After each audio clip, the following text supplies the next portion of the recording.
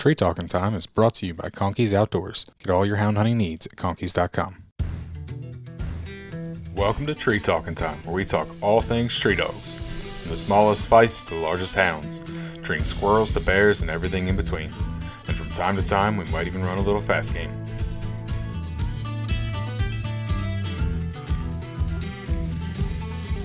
I tell you what, we've gotten into a lot of shenanigans chasing these old coon hounds, man. One good story I had prepared to tell you was that time you was asking the other day to your listeners. You said you ever had any dogs that climbed up trees? Yeah. One time, right on the other side of this mountain here, on a neighbor's place, we took a dog out there and turned him out, and it wasn't long before he came treed. And when he got up there to him, I was looking all around. I couldn't find him. Yeah. And the GPS said, he's right here, and about the time I'm looking around, I'm going, where's this dog at? I heard him bark. He had shut up for a minute, heard him bark, and I looked up, and there he was, hanging on the side of this daggone Widowmaker about 30 feet off the ground. And he was all the way at the end of this thing, right there where it met this other tree. And he was just standing up there barking. He knew he couldn't go no further, but he's up there after that coon. So we went to emergency mode, and I had about 4 or 5 guys with me. Thank God I had about 4 or 5 guys with me, and these 2 of them, they'd never really done much coon hunting, but they had belts on.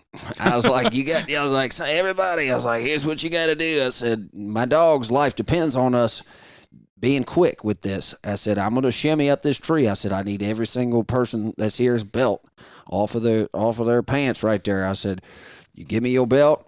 I said, we're going to lash all these dog leashes together. I'm going to climb up this thing. I'm going to stick these belts, one underneath of his armpit, one underneath of his, right there in front of his haunches. Yep. And I took one of those double clip leashes that I had, clip one part to the belt buckle on the first belt and clipped the belt buckle on the second one as well. So it made a perfect harness for him. And I climbed up there, man. It was sketchy. I ain't gonna lie to you, man. Really? It was sketchy. You climbed up 35 foot up some Widowmaker. Well, but it's like this, man. It's like not every 30-foot tree is super sketchy. Like this one, when I say it's super sketchy, it was dead. I mean, completely dead. When I'm going up this thing, it's creaking and doing all this mess. So it's not just like, hey, yeah, this is a solid tree that's laid off into another one. It's like, dude, this thing might break when I go up it. So I bear hugged this thing all the way up to the top, and I made it up there to him. I got the belts on him, got the clips on him, and then I had to kick him off the branch.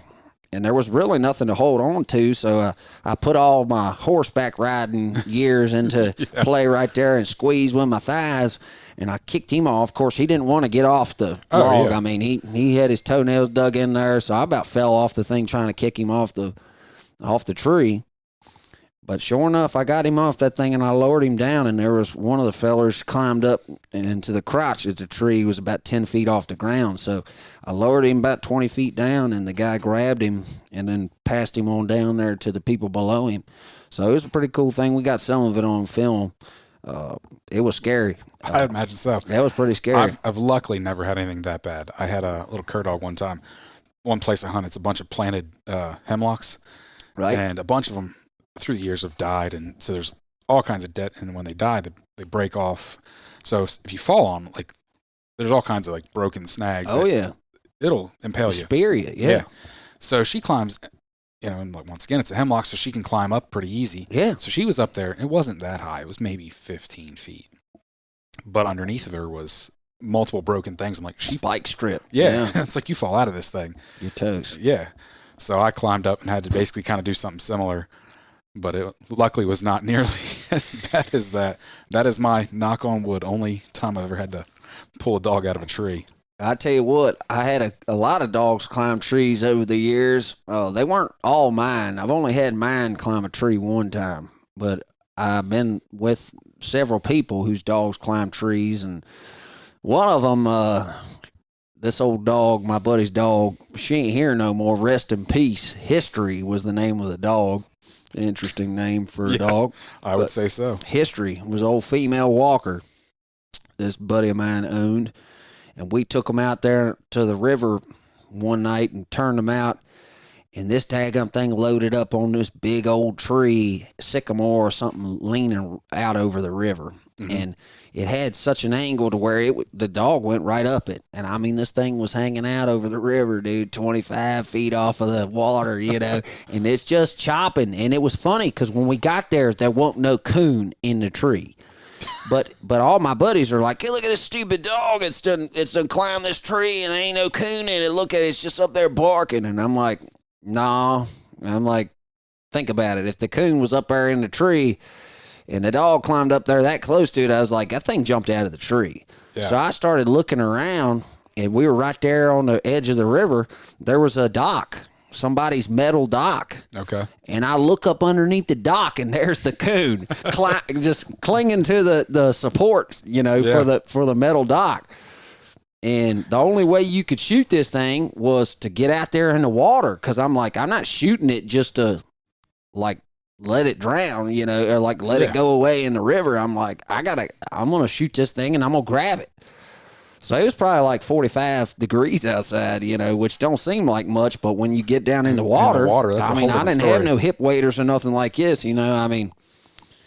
So the dog was still in the tree just chopping. I'm like, dude, the dog climbed the tree. I mean, we can't let it be for nothing. We got to, you know, we got to kill this coon. So I go down in there and I'm in the water. I got to get in the water anyways because the dog has a bunch of stumps underneath of that tree out there in the river. Ooh. And I didn't want the dog to fall. We knew we weren't going to climb up there and get this thing. So we're like, okay, let me get out there in the water and move these stumps and these, you know, tree branches and stuff sticking out of the water so that way he don't fall in it. So I walked out there. I got in the water. It was cold already. So I moved all these things out the way. So I'm like, okay, well, at least if the dog falls or when he falls, you know, he won't die. And I was already wet, so I'm like, all right, let's get this coon. Dog falls out the tree, just like I said, man. It smacks the water. It's okay. It didn't die. It swam over there to the bank. I'm already wet, so I go down there and I go to shoot this coon. I stick the barrel of the gun right up there to that coon's head, and I said, bow, and I shot it. Dude, I'm not lying. This thing went, aye, and it jumped into the water, and it sank. Sank right to the bottom. I was so mad. I'm talking, dude, I went under the water. I was reaching around. I went down past the dock. I'm like, where in the world? When the thing jumped into the water, it was spinning. It was doing a bunch of spinning. I've pulled plenty of coon out of the water. And, you know, right. They usually float for a minute, but this sucker went right to the bottom and it just was gone. And I mean, I sit there and I remember my buddy's grandpa. He's probably like 75, 80 years old. And he rode out there with us and he looked at me down there in the water. I'm like, where's this coon? I mean, he saw the whole thing go down. He looked at his grandson, who was about my age, and he said, you see that boy right there? That's a coon hunter. I'm telling you right now. Die hard. You're willing to get out there in that water. I didn't get the coon, man, but by God, I did everything possible to try to get that thing and do it the right way. Yep. But anyway, sometimes it shakes down like that, and you just got to do what you got to do. Exactly. The other thing was you talking about rivers and water and stuff and good stories. I had a buddy of mine who had a son. He said, look, man, my kid's ate up with this hunting. He's killed everything. He ain't gone coon hunting yet. He said, I got this spot. There's 15 coons out there on this camera we got. He said, let me ride you out there by the boat, and we'll take your dogs out there. We'll go try to get us a coon and get the boy his first raccoon with some dogs. So I said, all right, yeah, man, that'd be great. So we ride out across this big old lake, man, and we get out there to this peninsula, and I take a dog out. I drop a dog. He goes over there, and of course, like I said, there's 15 coons on the camera. Of course, he finds one. He goes on there, and you've got 2 or 3 of them up in the tree, and the boy knocks 1 or 2 out. I said, well, man, look, there's 15 of them on this daggum camera. Let me give my other young dog a chance to come over here and try to find him one too, Big mistake. I should have. I shouldn't have that night. I didn't know it, but I thought, okay, yeah, let's go ahead. Well, I turn the dog out. He finds one, but he finds one on the ground. So old Big John, he's running, and it's a hot chase, man. I can tell him, like, daggum, he's really got something here. He ain't stopping, but he must be running one on the ground. He's making a big old commotion. He's running along there, and the way it sounds, he's going right there towards the edge of the water. Well, it is big lake, and the edge of the land kind of sticks out over the shoreline, so it's kind of like a cave, man, on the edge of the shoreline, just above. Yeah. They drop the water in this lake, so there might be a couple feet below or above, above the water line, and there's holes and stumps and stuff like that.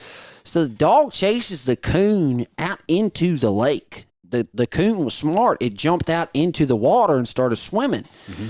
And it swam underneath of the bank to the lake. And this thing went up through a root ball, down underneath the water like a beaver, and got up in this cave. Yeah. Dude, the dog jumps in there after it, swims just like the coon did, goes under the water through the root ball, and is up underneath this cave. So unbeknownst to me, I'm coming towards the edge of the water. I'm hearing him bawling and doing all this, and then I just stop hearing anything. I'm like, where is this dog? Where's this dog? And I'm standing on the edge of the lake, like looking around, like, what in the world? It says he's right here. And then all of a sudden I hear him. Yeah. They're fighting, under my feet. Yeah. And I'm standing on this big old rock, and I'm like, oh my gosh, I can hear him through the ground. Like, I'm like, how did he get in here, Where's the excavator? So he's fighting something fierce, and how raccoons, man, when they get in the water, a 12-pound raccoon will drown a 75-pound dog, dude, like quick. All he's got to do is wrap up around his face, man, and dunk him, keep his nose up underneath that water. He knows he'll drown that dog. Oh, yeah. So, I mean, dude, I'm sitting here thinking, oh my gosh, I hear him, and it kind of hits me. I kind of have this, oh man, he's underneath my feet in a cave underneath this bank. So I tell the dude, I'm like, look, man, I'm like, I don't know what's going to happen here. I'm like, just take your kid back a little bit, because honestly, man, my biggest fear was when I figured out that he had gone through a root ball to get into this little cave and under the water. I got down in the water and I thought to myself, man, this dog might drown while I try to pull him back through this root ball. Because if he gets hung up on the root ball underneath the water, he'll drown. Just like that, man. And I'm just thinking to myself, how in the world did this thing get through this maze of crap, go under the water, and now he's in this cave? He's got the coon on his face. I know he does, because I can hear that coon squalling, and I can hear him fighting, and him just, every once in a while he let out holler like that thing just bit him on the ear, Yep. I'm like, gosh dang, they having an all-out battle underneath the ground here. So I get down in the water, man, and I grab a hold of him. I feel his tail first. And, it's 30 degrees outside, 35 degrees. I'm in the water up to my chest, man. I'm freezing. And I'm just praying. I'm like, Lord, please let me get this dog out. I reach all the way as far as I can reach up underneath there, man, all the way to the end of my shoulder. Like, I feel his tail. And he's bawling. And that coon is biting him and everything. I grab that. I'm calling to him, Big John, come on. Yeah, he ain't listening to me. I grab him by his tail. I start pulling him closer to me. And this is all underneath the water. Like I said, I pull his tail to me, and I could feel his foot. I got to where I grabbed his back foot. And I kept yanking this thing closer towards me.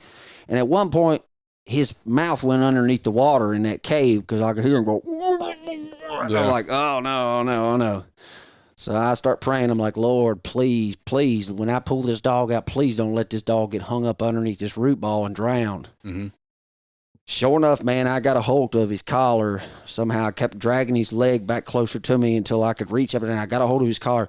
I pulled that thing. I thought to myself, I'm either going to pull this dog's head off, clean off of his shoulders, or he's coming out of this root ball. And sure enough, man, I yanked as hard as I could, dude, and that thing popped out. Yeah. Still trying to fight the coon? Still trying to fight the coon, man. I said, golly damn. About whooped the snot out of that thing. I was like, dude, you idiot. Oh, my gosh. So I told the boy was looking at me like, just dumbfounded him. He was probably your son's age, you know. He was 7 or 8 years old or something like this. Yep. And he's looking at me like, what are you doing?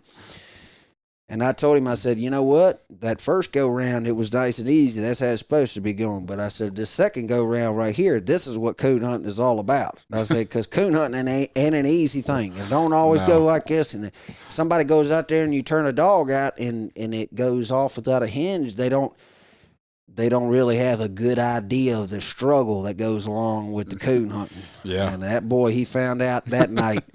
And I rode back, dude. 30-some degrees outside. I rode back across that lake, about 20-minute ride, dude. Ooh, and you're on a boat. He was on a bass boat, too. He was cooking, boy. Yeah, then there's nothing to protect you. I'm telling you right now, it was a cold night, but I felt that much warmer knowing that the dog didn't drown. So exactly. Yeah, there was a couple right there that were pretty harrowing tales, man. For sure. Ain't no doubt. Well, if people listening have not figured it out, you've been on the podcast before. My guest is JJ Lawhorn. So I'm down here in Tennessee visiting him, and might twist his arm to go on a little coon hunt tonight. Yeah, man. Yeah, I was telling your host here, I said I'd like to turn my dog out.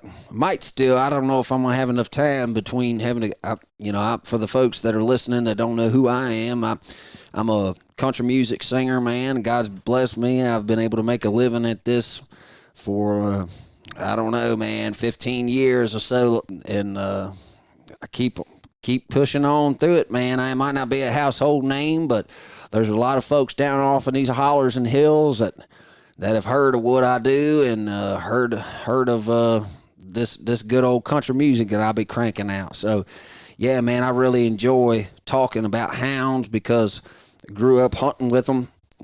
Hunted a lot of deer with dogs, bear, coons, rabbits, squirrels, turkeys. I mean, just about anything that you can hunt with dogs legally, we hunted it. Yeah, because you're from Virginia, right? Yeah, I'm from Virginia, man, and it's a really big part of our heritage as a state.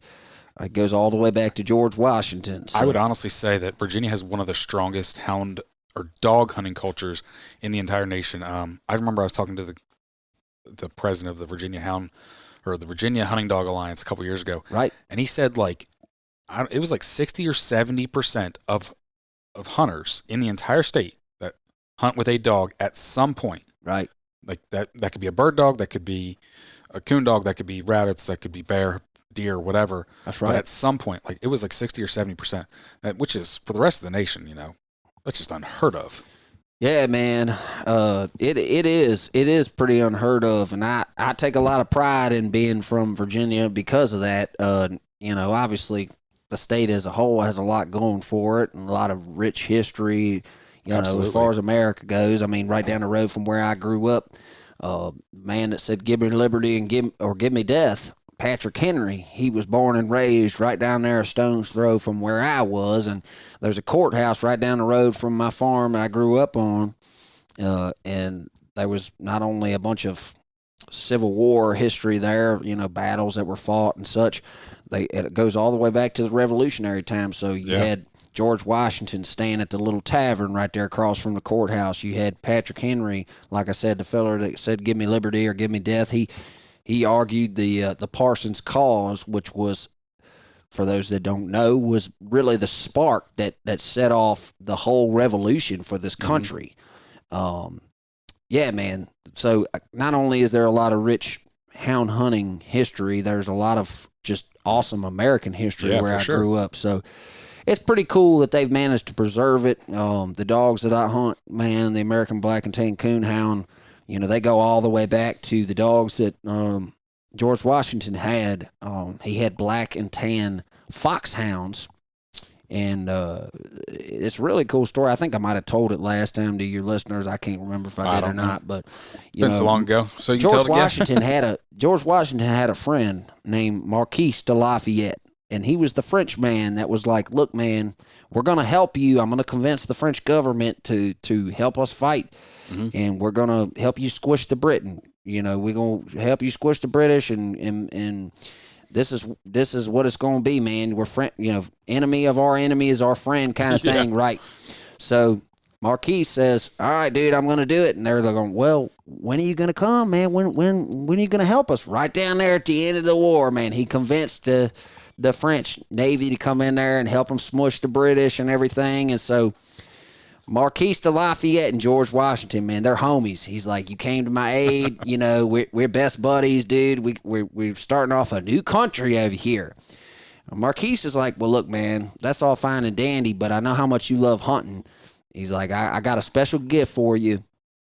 I'm gonna give you some of these French hunting dogs that I've got. I'm gonna ship them to you. So sure enough, George Washington says, hey, man, I can't remember who it was that went to pick it. I feel like it was John Quincy Adams' son or something like this. Somebody who was very important. Okay. Their son was supposed to go to the dock up there in, I think it was Boston, and pick up these dogs. Okay. That were shipped across from France. And basically, in a nutshell, he went up there, the guy that they had charged to go do the job, go pick up these dogs and bring them back to George Washington. He went up there to the docks. They gave him these French hounds.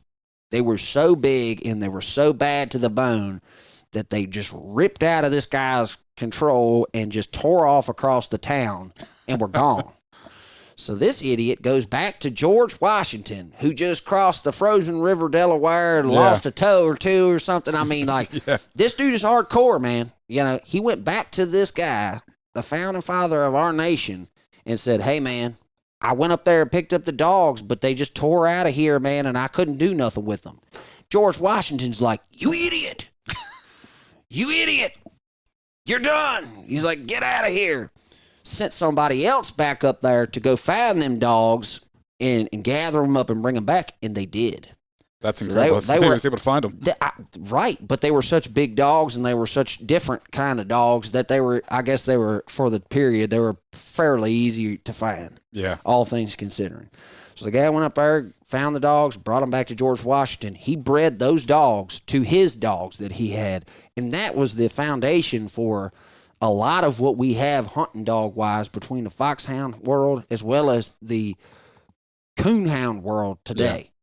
So, if you go back and you look that up, it's pretty wild to see just how steeped in hound hunting our American heritage is. I mean, I say this all the time to folks, like George Washington kept such good records of what he had that you could literally look back and see how many foxes he caught last Sunday couple hundred years ago. You know what I mean? I didn't know that. Yeah, you can literally, like in the Library of Congress, they've got all these things that he wrote. And I mean, he would be like, yeah, we caught 2 foxes today. Or, today we caught none. Or I went down there to the river and I paid this old black man $3 for his fish. He caught some really nice fish and I purchased these fish from him. You know what I mean? Like, he wrote not only just the things about hound hunting, but he wrote everything down, just accounts of the day kind of thing. So that he loved hunting hounds so much that he took special attention to writing about his hounds and what they were doing. And I mean, you can literally look up all of George Washington's dogs' names. He had names. Now you're gonna make me. That's pretty interesting. Like Sweet Lips and Drunkard. He had one called Drunkard. He had one called I feel like one was called like Tippler or something like this. Anyways, it's really interesting, man, and a lot of folks do not know that it goes back that far. Well, I realized it did. I just didn't realize you could look all that up. That's pretty interesting. That's really cool, man. And the Virginia Hunting Dog Alliance, I've been involved in some capacity with those guys for most of my life. I had a young age. I had a old timer, a guy named Reginald Cook. And he taught me, kind of initiated me into deer hunting with dogs, and he hunt with some of I call them my uncles, but they're like my second or third cousins, about the age of my uncles would be. And these guys down there in Southern Virginia, man, they had him as the resident old timer, and he was all about making sure that not only young people got introduced to the sport, but that they understood a bit of the history that went along with it as well. So I was passed a lot of things down by him. I was taught a lot of, the history of hound hunting. And I feel very blessed to have had somebody like that kind of show me the ropes. Get out the truck right here, boy. Run out there. Get your safety off, though. You're gonna, they go come down here through the bottom. They're coming. And he really just ignited a lot of the love that I have for deer hunting with dogs. Old Reginald Cook, they called him Red Fox, man. He's a clever old man, and he actually, the reason they called him Red Fox was because he had pointed ears.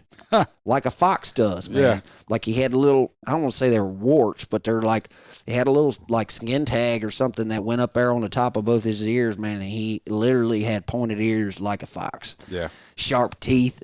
He's treacherous, man. His famous saying was, youth and vigor will never overcome age and treachery. I just thought that was the funniest thing as a young man. He wasn't about to let these young bucks outdo him, Mm-hmm. Yeah, dude. I'll tell you what, deer hunting with hounds, if you've never done it or it's a blast. It's rabbit hunting on steroids, basically. Well, I tell you, I know this is tree talking time, and we talk about, tree dogs, but I'm telling you something right now. My dogs will run a deer up a tree. That's how bad they get to chopping on them, boy. I tell you right now, they jump on their back, dude. They ain't no telling what these deers are going to do. They might just wind up in a daggum tree. I mean, these dogs will put them things in a bind. I've seen and heard some stories of some pretty good treeing walkers being deer dogs. Oh, yeah. Yeah, my buddy, he hunts all black and tans for deer. And my uncles, when I was growing up, that's how I got introduced to the breed of black and tan. Down there in Southern Virginia, that's all they hunted. And they were an oddball because when I was growing up, they were the only people that I ever heard of using black and tan coon hounds to run deer with dogs. Yeah. So most people had July foxhounds or lemon and whites and stuff like this, different blanket back walkers or whatever, something usually speedy that was bred to something that had a pretty good nose. And like I said, you had a lot of foxhound background in whatever they was breeding, whatever kind of dog. And I would say that's the norm today. Yeah, it's still the norm today, man. And I really only know two people that run a solid pack of black dogs to chase deer. And one of them's my buddy Grayson Kirby. He's one of the biggest corn producers in the state of Virginia, and he's got a great pack of about, I don't know, a dozen or 14 or something like this deer dogs that are all black and tans, and they do a great job, man. They don't run them quite as fast as some of these foxhounds do, but they don't drop the track. They just lock on and they don't lose it. Yeah, man, the black and tan coon hound, that's how I got my love for it, because we was hunting these deer with these dogs. And then when I moved to Tennessee, obviously in the 70s, they outlawed running deer for dogs. So I'm like, well, I don't really. You're a deer dogger. I don't really want to be an outlaw out here, So I decided I'm gonna get me some black dogs and I'm gonna train them, break them on some coons. So I found some pretty good stock. My uncle got a lot of stock out of Missouri. There's a lot of really good black dog blood in Missouri, and he told me some places to go look. And it's funny, it's ironic. I learned later on in life that a lot of the stock that my uncles got was out of Gilman's. Okay. Out of Gilman's stock. So I'd never met David Gilman. I follow a little bit what he does, but I'm not sure whether it was his dogs in particular or his daddy or who, or somebody in his family. But I heard some of my folks talk about getting some dogs from Gilman, and they're good black dogs. If you like good black dogs, man. Sure. And my buddy Grayson that runs the black dogs down there in Virginia, he only uses what he calls rejects. He's got he's got a cousin of his that is a coon hunter. Yeah. His name's Matthew Atkinson, and he does some competition hunting a little bit, whatever. I think they mainly pleasure hunt, but they got some great blood with some black dogs, and everyone that he has a problem with, if he he has a litter of puppies, he says, this one don't want a tree much, he'll give them to my buddy and he'll break them on deer. Yeah. So anyways, man, it's pretty cool to have that heritage of the state being, prone to dog hunting in general, and then also to have had family that took a lot of pride in being the oddballs out and breaking these dogs to do something that a lot of people think that they weren't going to be good at. Yeah. Conkeys Outdoors is proud to be a sponsor of Tree Talking Time. Family, hunting, tradition is the Conkeys motto. They understand the importance of passing down the tradition of hound hunting. They are a family-owned business that treats you like family. They also understand the importance of having the gear you need when you need it. Conkeys carries everything for your next hunt, and it ships to your door quick. They also offer great warranties on all tracking systems and financing options. Check them out at conkeys.com. You can also use the code TreeTalkingTime5 in all caps to save as well. So, one thing I want to definitely also touch on is, being a houndsman and being a hunter, you kind of go against the grain as far as with your music, and you've created not one but two albums that's specifically about hunting. Yeah, man. Which is, I had a lot of people. Has anybody ever done that? Man, here's the thing. I've heard of other people making songs. I've even heard of some guys that I used to write music with a lot, like guys like Rhett Akins and Dallas Davidson, some famous songwriters in the country music world that have a lot of number one hits and stuff like this. They come up with something a while ago. It was something they did in tandem with Michael Waddell, like a Bone Collector album. Yep. And that was about the time that I was working on mine. The thing of it that is, though, is it wasn't all about hunting. It had fishing songs on it and different themes and stuff. It also wasn't a single artist. It was a collaborate. Right. It was a collaborative project. But that's probably the closest thing that I could say that I've heard that was something like what I done. Mm-hmm.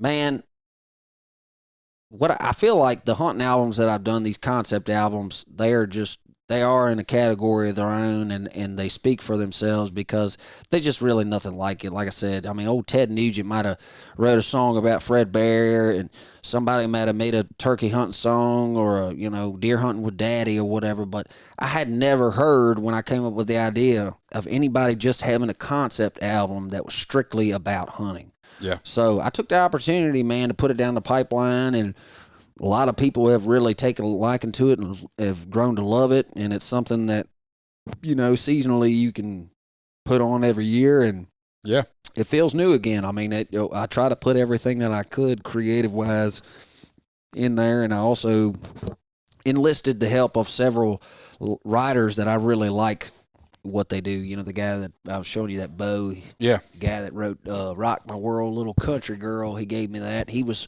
a writer on a couple of the songs on the Houndsman one. Okay. And recently I put out the second volume to it, and I've always been a huge advocate for hound hunting because I felt like if I wasn't going to do it, who was? Yeah. And it's such a big part of the history of where I'm from. I'm like, man, I love hunting everything in general, but I also specifically, just eat, breathe, and sleep hound hunting. Mm-hmm. And, yeah, man, I just figured, well, you know what? This might not be cool to anybody else, but it's cool to me.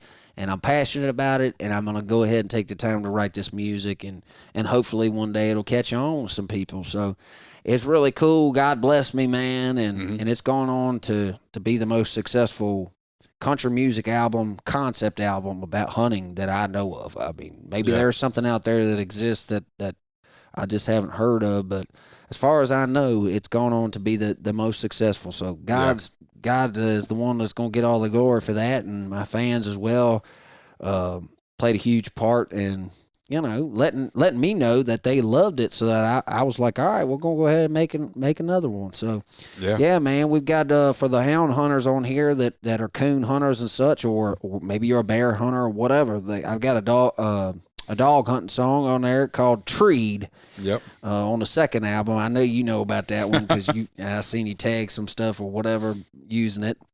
And I really appreciate all the support from your listeners and also from you, man.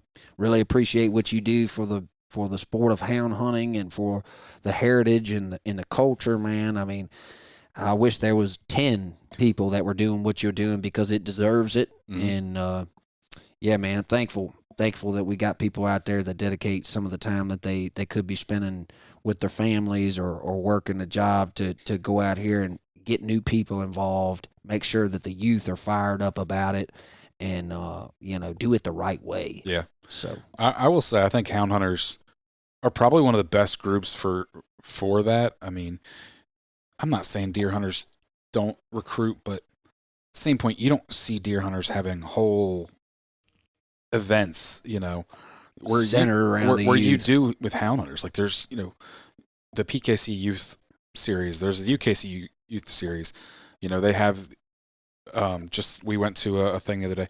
Now, granted, it was covered other things, but one of the guys that really started it he's a coon hunter, right? And that's where it all started. It was a youth coon hunt, and that was the Hatchet River Youth Hunters Expo, and that was in Western Tennessee. And I'll tell you what, that was the first year they did it.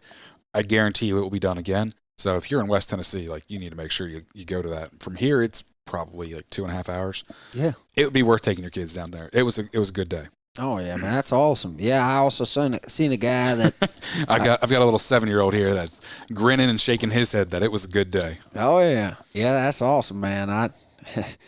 Your boy, he's a good boy too, man. You can tell a lot about a man by what his son does, man. And in your son, he's not only well mannered, he seems like he's got that passion for hunting just like you do.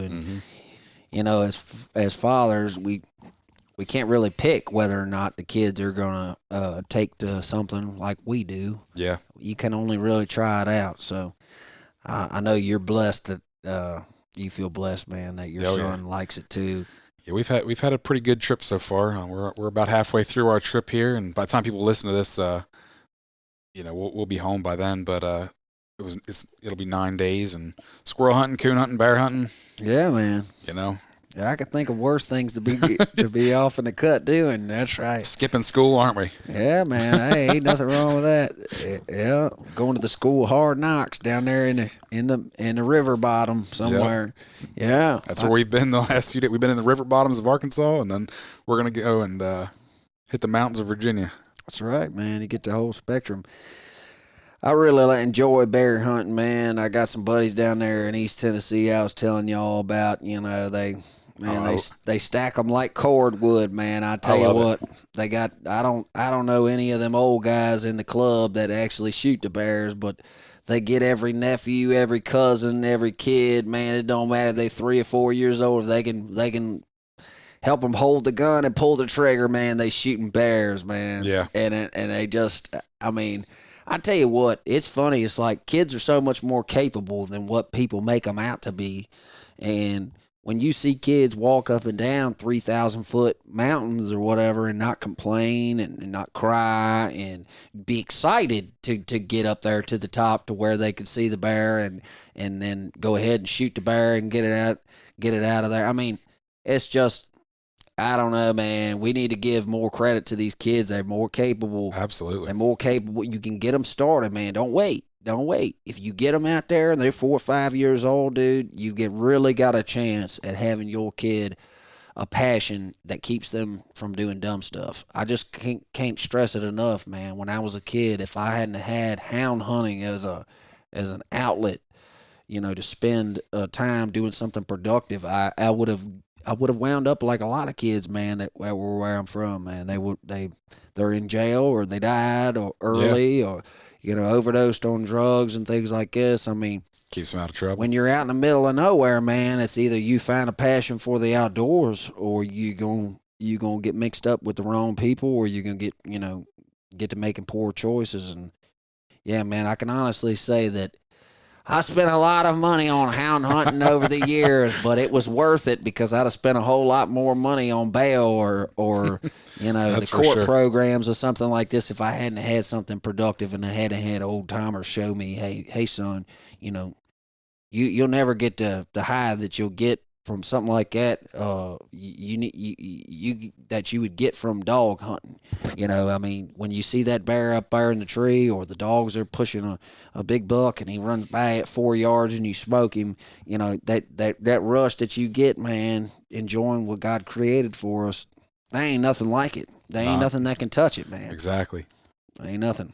Yeah, man. We got, let's see here. I'm trying to kind of tell some more stories than I did last time because I feel like I was kind of clawing at something last time I couldn't quite get my tongue on. But yeah, we've had dogs climb trees, man. I had one buddy had his dog fall down an old well. And that ain't good. Yeah, dog lived. How deep was the well? I want to say it was deeper than you wanted to go down in there. I think it might have been 25, 30 foot or something like this. But yeah, man, he got that thing out. They had to call the fire department. Had another one. Had a buddy break his ankle coon hunting, and I feel like that one was an old well too. Like he done stepped in an old well or something, and jacked up his leg pretty bad. Let's see here. I had one time, this is a good one. I had one time I got shot at, not too far down the road from where we're at right now. This old man, he was a member of this local community's historical society. And the man is like 90-something years old. And he owns a lot of land around here. And he's actually got the oldest herd of cattle in the state of Tennessee. So his family goes deep. Like I'm talking about, these people been here since not much long after Demumbrian, the initial guy who rafted down here and started building stuff and whatever. They come along not far after him, so they got they got the oldest cattle herd in the state of Tennessee. And I talked to this lady. It was his neighbor. I said, I really like to hunt this land over here. I know somebody that knows this old timer. I said, what do you think I got to do to get in with him? She said, well, come over here to the historical society meeting, and we're gonna do a meeting, talk about the area and the history of it and everything, and then you'll get a chance to talk to this man. He's always here. So I went over there and I brought some fresh local honey, and I sat through that meeting and got to talking and jawing about the history of the place. And I walked up to this old man and I told him, I said, so this is your land out of here? Yeah, yep. Sharp old man for being 90-something years old. I said, well, me and the preacher's boys, we like to go out here. We like to coon hunt. I know there ain't very many people that do that around here no more. And, I've got some land down the road, but I'd like to pick up some more to do some coon hunting. And I figured couldn't hurt to ask, see if you'd let me go. Sure enough, he says, son, you kill all the raccoons you want. I said, well, what about this guy over here? Has he got any bad neighbors and anything like that? He said, boy, you just tell them mind their own damn business. If they bother you at all, they'll be all right. I got a couple 100 acres right here. So, all right. Now, for the listeners, we're right down there on the edge of downtown Nashville. So, yeah, there's some blocks, that are a couple 100 acres, but there ain't that many of them. And most of them, are adjoined by tons of little slivers of land that are all carved up or whatever. Now, in Tennessee, you cannot predator hunt at night. There's only a couple things that you can actually discharge a firearm for at night. One of them is trapping. If you go out there, you can shoot your beaver or whatever in the middle of the night to put him out of his misery. You can shoot a bullfrog, an opossum, or a coon. That's it. Okay. Outside of that, you can't discharge a gun at night. There's no reason. You go to jail. You shoot a centerfire rifle or something like this in the middle of the night, they coming for you. So, man, I go out there and I go coon hunting on this place, and coon hunted it several times without any problems. It was one of the most beautiful pieces of property. I mean, it's right across the street from this local high school. I mean, it just is picturesque. I'm sure people have offered this old timer millions and millions for this place. I mean, it's just priceless, right? Well, tell my buddies, I said, yeah, man, I've been calling over here several times to treat a bunch of coons. Man, this place is just a paradise. I said, come on out here with me. Let's go coon hunting. Well, we go out there, man, and turn the dogs out. Sure enough, they get treed. They go all the way over this mountain and on the other side. I'm looking at the property line, and I'm like, man, they pretty close to that property line over there, but they still on our side. So we get all the way over the mountain, get there to them. Man, they got a pile of coons. They got a whole daggum family of them. There's 4 or 5 of them up there. We're all laughing, high-fiving. Yeah, we're going to have a big old pile of coons when this is all said and done. So we tie the dogs back. We're going to knock 2 or 3 of them out, We'll leave 1 or 2 up there in the tree, but we're like, yeah, dude, this is go ahead, just get them out the tree, and we'll go on and call it a night. So we get up there where we're going to shoot these coons out, and all of a sudden, boom, boom, boom, boom. I mean, there's buckshot flying up through the timber, man. I mean, it's just echoing off. And I mean, we all hit the deck. The dogs, they didn't care none. They're still chopping and treeing. We got 4 or 5 hounds. They're so loud. The daggum gunshot didn't even really seem like a whole lot because they are just going nuts. Yeah. And at the same point, they're used to gunshots equal coons falling out of trees. Right, man. And honestly, dude, a lot of people think that their dog can't handle like a shotgun or something shooting up. They shoot them with the 22 and they think, well, I never use a shotgun because, it's too loud. It might scare my dog. Man, I'm telling you something right now, dude. I've shot coons that got hung up at the top of the tree with buckshot and everything. Their dogs never skip a step. They don't leave, gunshot's a gunshot. But anyways, these things are chopping on the wood, dude. The freaking dude starts shooting buckshot at us. We hit the deck. I'm like, man, when the guy starts shooting, I'm like, grab the dogs. It's like, ain't no coon worth our lives. Yeah. It's like, we got to call the game warden. This is crazy, man. Because I could see the fence. We were 15 yards from the fence. And they had a fence that went around this dude's land. So sure enough, lo and behold, we got out of there, man. And I ended up finding out. I said, dude, I know this other guy's that was shooting at us, his neighbor. I know the guy that owns a lot beside him as well. So I called him and I said, dude, your buddy's getting ready to get like a daggum charge against him. I said, not only can you not shoot guns at night unless you're doing what we're doing, I'm like, you're shooting at us and we're on our land. So like you done doubled no tonight and you gonna learn you something. So a lot of people, they just let it go, but I'm like, no, I ain't coming back here and having this happen again. So I went ahead and got the neighbor to tell him, yeah, dude, this guy's gonna call the game warden on you. And you know what? I don't care what anybody says. I ain't no snitch. I ain't no whatever. But when you got buckshot whizzing by your head double out and it's flying, 2,000 feet per second or 1,500 feet per second, it's real, man. Yeah. And that guy. Well, at the same point, you got to express to this guy. Well, number one, you're doing wrong. Number two, you could have killed us. Number three, you're lucky we didn't just start blasting at you. Yeah. And number four, you're in the wrong because we weren't even off of. The lot. Yeah. So, well, and even if you were off of that property, I don't know a state that is legal to shoot somebody on your property that's not. I mean, dude. I think not in your house. I think even in Texas, like you have to tell them multiple times, like that they have to leave before you could do anything at all. So yeah, I don't know, man. I just know that it was one of those things where it was like, okay, yeah, dude, we're calling the law. So we went ahead and called the law, man, and. Of course, the guy ended up getting out with a smack on the wrist, but he won't ever do that again because game warden thoroughly expressed that, yeah, dude, I could be taking you to jail right now. Mm-hmm. This call could have gone a whole lot differently. Yeah. So, yeah, that was pretty crazy, man. Getting shot at. The other gun incident. I had a buddy of mine. He was hunting about 200, 300 acres. Cut his dog loose and he got treed over there on somebody else's property.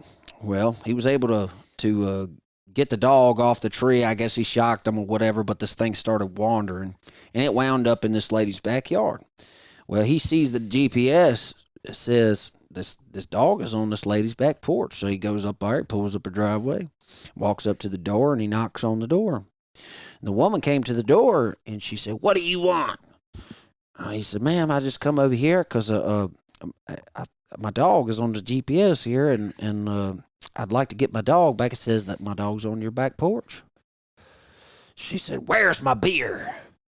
He said, "Ma'am, I don't got no beer. I just come here to get my dog off of your porch." Well, she said, well, I got this dog back here, and it is on my porch, and it's got a bomb strapped around its neck." And he said, "Ma'am, that's not a bomb. That's a GPS unit. That's how I knew that it was here. And at this point, after she said some of that stuff, he knew. He's like, okay, this lady's drunk. Yeah. Like she's real drunk. So he says, "Ma'am, I just want to get my dog and I will leave you alone. I'm so sorry. I was bothering you and everything." Okay. Okay. She said, "I'll be right back." So he's thinking, I'm sitting on the porch, this lady's going to get my dog, bring it through the house, and give it to me. Well, she comes back with a 9mm pistol and starts dumping the gun on him. Oh, geez. Opens the door, sticks the pistol out. He seen it come out, so he jumped off the porch, dove like explosion, like in the movies. Like he's like, boom, he dives off the porch. She starts dumping the gun, and he's just running, scampering back to his truck. He jumps in the truck, he backs up the driveway, and he calls the law. He's like, look, man, I'm trying to get my coon dog. This lady has started shooting at me, man. I don't know what to do. This lady's trying to kill me. They're like, all right, we're coming. So they show up there. They knock on the lady's door, and this was all on the news and everything. It's pretty funny. You probably still look it up. But they go up there, they knock on this lady's door, and they're like, ma'am, how you doing? Well, whatever. I was doing all right before this guy showed up, or whatever she says to they said, look, did you shoot at this guy that came to get his dog? Yeah, I shot at him. They said, all right, turn around. You going to jail. Jeez. Straight up, dude. They just was like, I guess they could tell she was drunk too. And as soon as she openly admitted that this guy, she showed up, tried to get his dog, and she started dumping the gun. She said, yeah, I shot at him. Yeah, the guy come in, trespassing, whatever. They said, all right, turn around. You coming to jail with us. So sure enough, they haul her off, and they walk over there to a buddy of mine, and I'd say he's more of an acquaintance. We ain't best friends or nothing. He got a little outlaw in him, but the police officer walked over there to his truck, was asking him some questions, and said, well, I'll tell you what, you're awful glad that we caught the village idiot tonight. Otherwise, we'd be taking you to jail. He said, you smell good. You smell pretty good, son. Your truck smells pretty good, So I think my buddy lucked out that somebody was shooting at him that night. He was you and your friends have some of the worst luck. Yeah, man. I mean, not only did he get shot at, I'm sure he peed his pants and everything. That guy, that wasn't no daggum good, man. And he was on the news. That was pretty funny. Local news talking about, what was even funnier was that the guy that owned the land he was hunting, he said, man, thank you. He said, man, you're not mad that I made your neighbors mad and all this stuff. He said, no, man, you treated the village idiot. Yeah.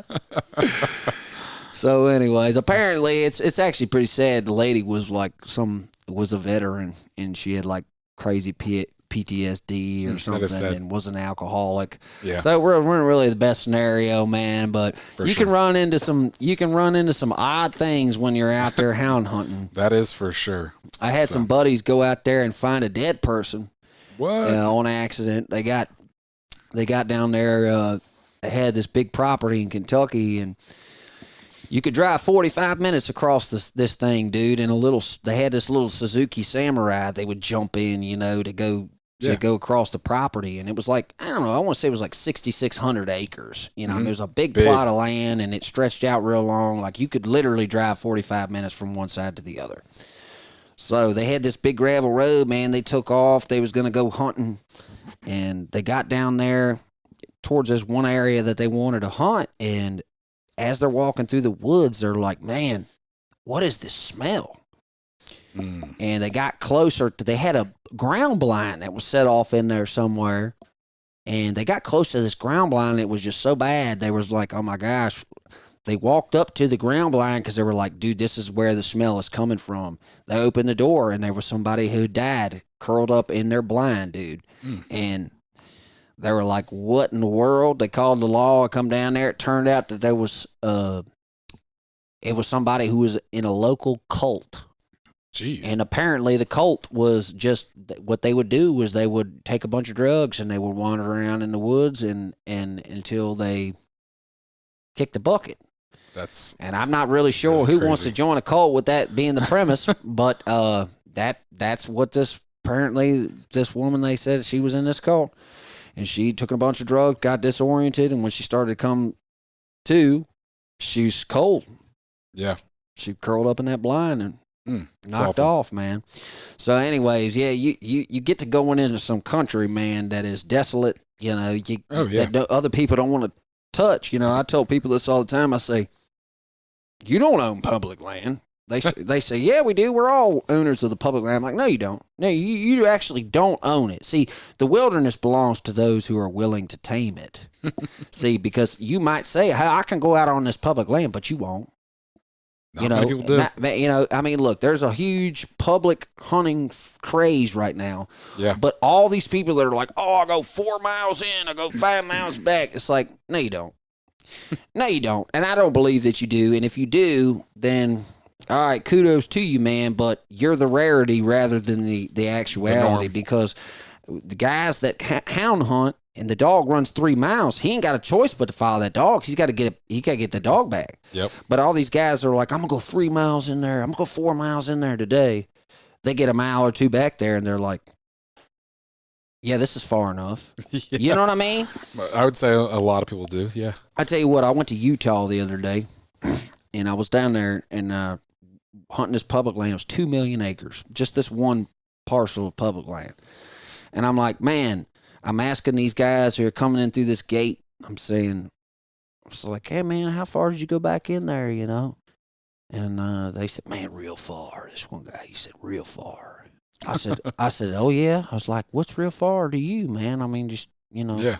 He's like, I don't know, like 3 or 4 miles back in there. I was like, oh, okay, man, right on. He was like, what do you mean? He's like, how far did you go up in there? I was like, I don't know, I go about 9, 10 miles. He's like, what? I'm like, yeah. I'm like, you know, that 9, 10 mile hike one way and then 10 mile hike back. You know, I think this guy was saying he went in 2 miles and then came back 2 miles. I'm like, I'm hiking in 10 miles and then coming back 10 miles in one day. So it's all relative to like who is the person that you're talking to. But as a general thing, like when I was 10 miles out there, I didn't see one person. Mm-hmm. I might be able to look from the top of the mountain over there, you know, in the first thing in the morning before the sun comes up and see some lights down there at the bottom. But, you know, the wilderness belongs to those that are willing to tame it, you know. And I think as a hound hunter, it's taught me going out there and hunting so far behind these dogs has taught me just how much grit I had. Yeah. You know, I don't think I would have been going out there elk hunting and hiking 20 miles in one day in Utah through the most treacherous country that you've ever seen in your life, where every step could be your last. I'm talking about you come off this mountain, you going, thank you, Lord, that I made it off the mountain. It ain't killing the elk. It ain't killing the game. That is the blessing. The blessing is just making it off the mountain. For sure. So I would have never been able to have the grit to be able to do that kind of stuff if I hadn't have had a lifetime of walking through briars, walking up and down mountains, big hills and hollers, and just, you don't got no choice. You know how it is. It's like, I'm getting this dog back. Where the dog goes, you got to go get it. I'm telling you, man, when I first got my old hound, old Traveler, man, he lived up to his name. I turned him loose right over here. He ran like 2.5 miles, dude, and got treed in somebody's backyard, man. We had to go over there and steal him off the tree because I think those people wanted to kill me. They weren't too happy. I would imagine so. Oh yeah, man. But you get a lot of rare things going through suburbia, man. Hunting around this edge of town, like I said, gunshots, dogs climbing trees. What other thing? We done had all kinds of things. We got stranded out there one time. Blew out something in the truck. I don't know, it was a tie rod or what it was, but we was out there, man. It was 19 degrees. We're up there making a hobo fire, pouring out trash at the back of this dude. Everything's soaking wet in the woods, you know, freaking surviving over a little hobo fire. 19 degrees until somebody can go take a tie rod off of their thing and bring it over here or whatever it was. I can't remember what the park that was busted, but man, I tell you what, them dogs have gotten me in so many funny scenarios, but the joy that they bring to you, man, is worth every single trouble and every single heartache. Yep. And I'd do anything for them, you know. Yep. No, I'm right there with you, and I think everyone listening is so. And with that, I think that's a good place we should cut this off. Good. Right on, man. Yeah, we had a lot of fun doing this podcast, and for sure.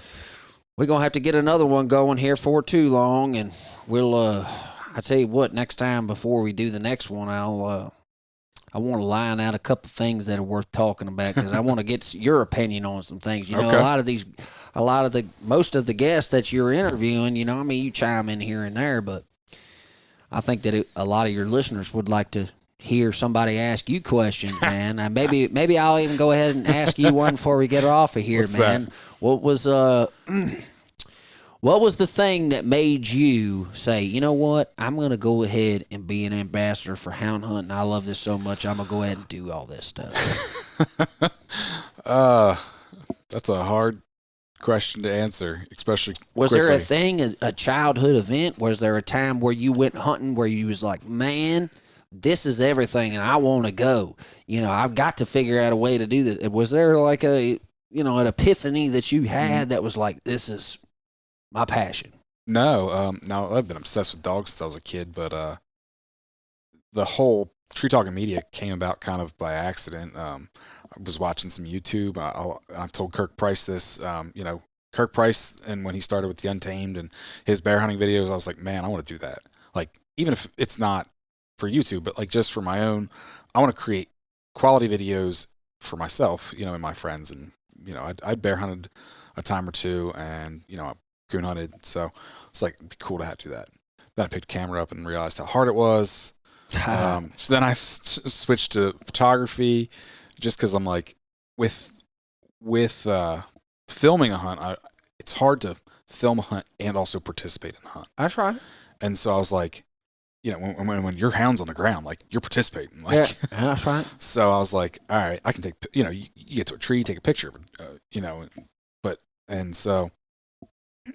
and then it kind of snowballed from there, and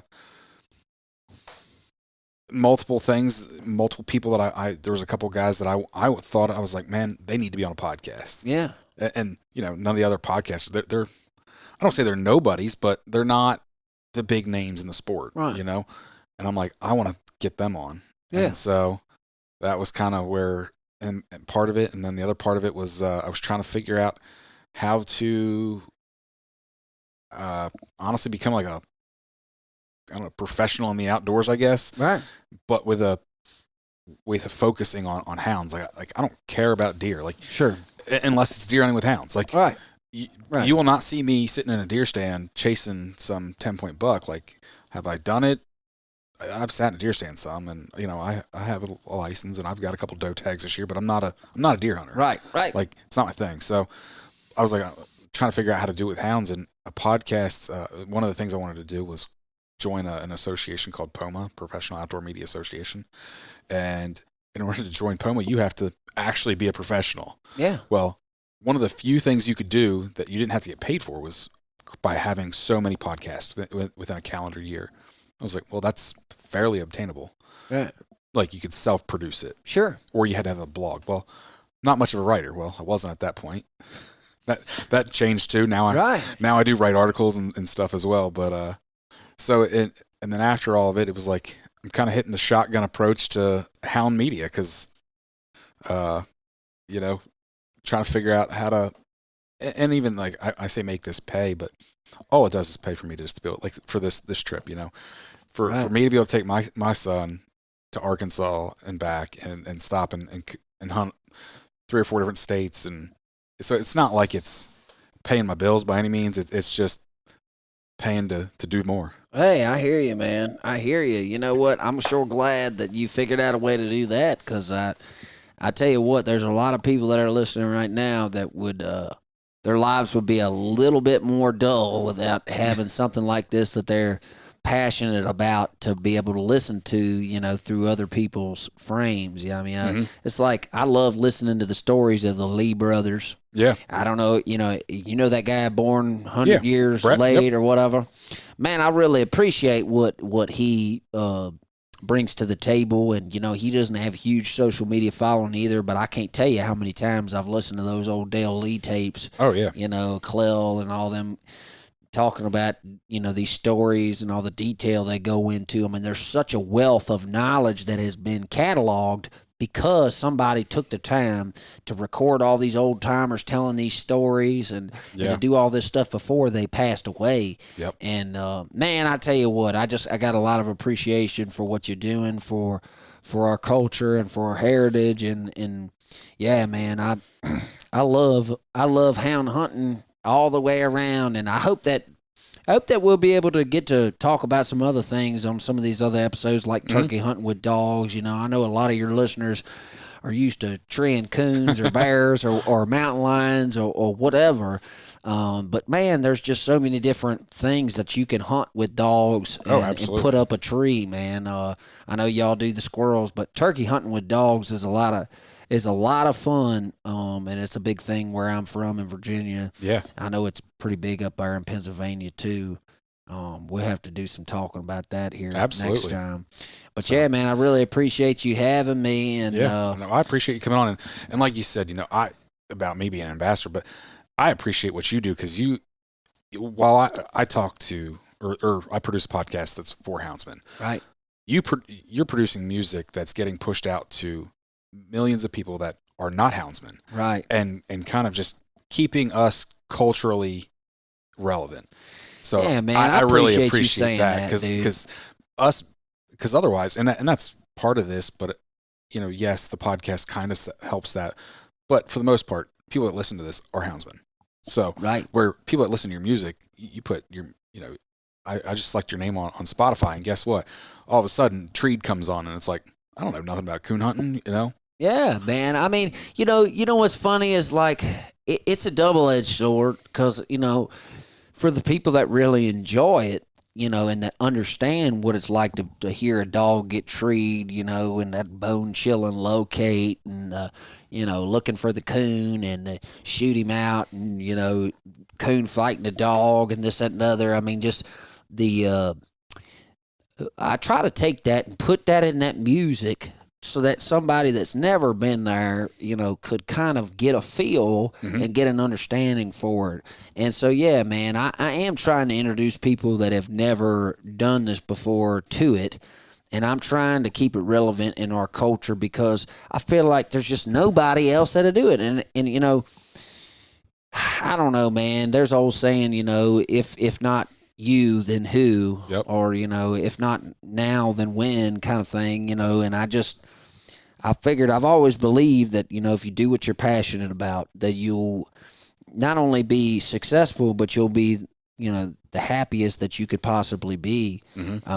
And so I just said, you know what? Nobody else is doing this, and this is what I love, and I just can't let anybody stop me, or the fear of whether or not people will understand this because they've never done it before. I can't let that stop me from going out there and talking about what I love, and maybe I'll inspire some people to give it a try in the process. So that's all I've done, man. And I'm glad that folks like you really appreciate, man, because I tell you what, it ain't always been easy, and it's not, when you're doing something that's different.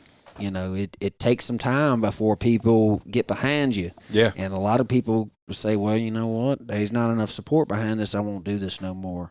But for me, it was just like, there ain't no turning back. This is what I do. This is what I love. People's going to like it or they're not. And I just got to do it. So, yeah, man, that's kind of like turning that dog loose when you don't want to. You're like, man, I just got off work and I just did all this stuff, didn't I? You know what? We got to go out there anyways and just turn them loose and exactly. And yeah, dude, make it happen. So that's what we doing out here, man. We keeping the traditions alive. We're trying to get people involved in it. Hopefully, all the people that are out here listening, man.